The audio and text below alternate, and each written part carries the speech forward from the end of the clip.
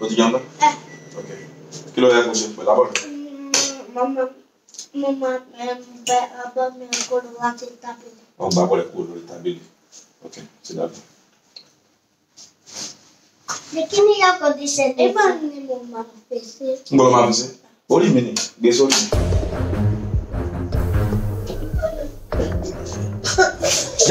Àbí kẹ́ ń ṣe ọ ni. Èmi mo. Oh my days, you know mom wá rí torí Ọlọ́run. Mo jẹ jìyà lórí ìgbéyàwó ọmọ yìí o. Mo jìyà lójú wé mú bá. No.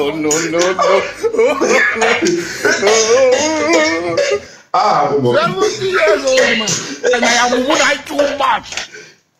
Ilé ìdáná tí n bá sọ fún bẹ́ẹ̀ yẹn ó yẹ kó mọ̀ pé ẹ̀tọ́ rẹ̀ ò gbé abọ́ sí mi lórí ohun tí mo tó túmọ̀ sí ni pé gbé abọ́ yẹn lọ sí ilé ìdáná kíkẹ́ ń ṣe ọ́ ni. Tí èèyàn bá sábà ẹ̀kọ́ bá ṣe bẹ́ẹ̀ fún yẹn oh my goodness ọlọ́run wa o ó lè ṣe bẹ́ẹ̀ bá aráàlú ìyá rẹ̀ àlè ìyá rẹ̀ ò ní kú rẹ̀ wọ́ kí kátikáti. Ọmọ. Daddy, mo fẹ́ chicken sí. Mo gbọ́. O tún fẹ́ jẹun sí. Ti fún lọ́rùn. Tó bá yẹ ní Nàìjíríà la wà ní. Bó ṣe lọ fẹ́ jẹun sí ni. Tó ti gbé abọ́ ka bàbá rẹ̀ lórí. Bàbá rẹ̀ sọ pé kò sí oúnjẹ mọ́ ni. Daddy, oúnjẹ. Mo yẹ. Ọmọ lọ sí bẹ́ẹ̀ mọ́ o. Tí n bá sọ fún ẹ̀ ń gbà mí pé gbé sí mi lórí. O ti gbọ́. Ó gbé lọ síbi tó yẹ kó gbé sí ni. Ṣé ẹ rí nǹkan?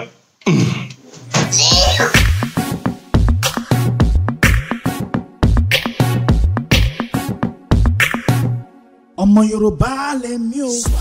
Kindly subscribe to our YouTube channel Yoruba Pikin and remember to hit the notification bell to enjoy more of our videos. Thanks for watching. Bye. Ó dàbọ̀.